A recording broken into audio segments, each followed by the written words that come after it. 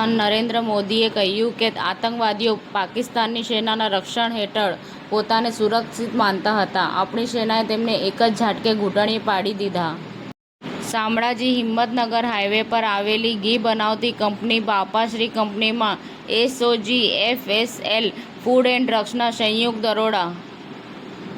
અરવલ્લી અને સાબરકાંઠા જિલ્લા વહીવટી તંત્રના સંયુક્ત ઉપક્રમે મોડાસા ખાતે regional stack holder consultative workshop યોજાઈ હતી.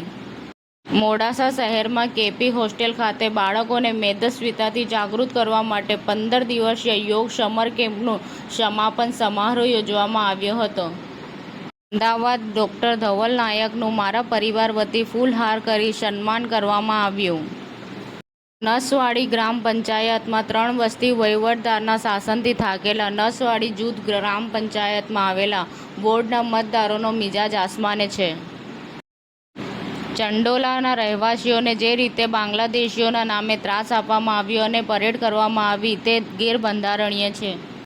સોમનાથ જ્યોતિર્લિંગ પર નવો વિવાદ. રવિશંકરે કહ્યું કે મારી પાસે શિવલિંગના મૂળ અંશો છે.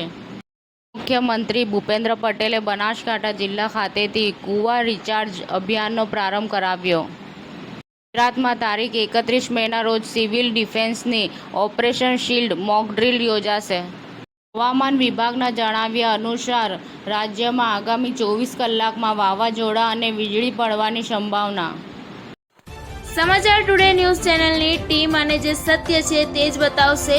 આપ જોતા રહો સમાચાર ટુડે ન્યૂઝ ચેનલ. ગુજરાતની ધરતીનું ગુજરાતીઓ માટે જ, એટલે કે સમાચાર ટુડે ન્યૂઝ.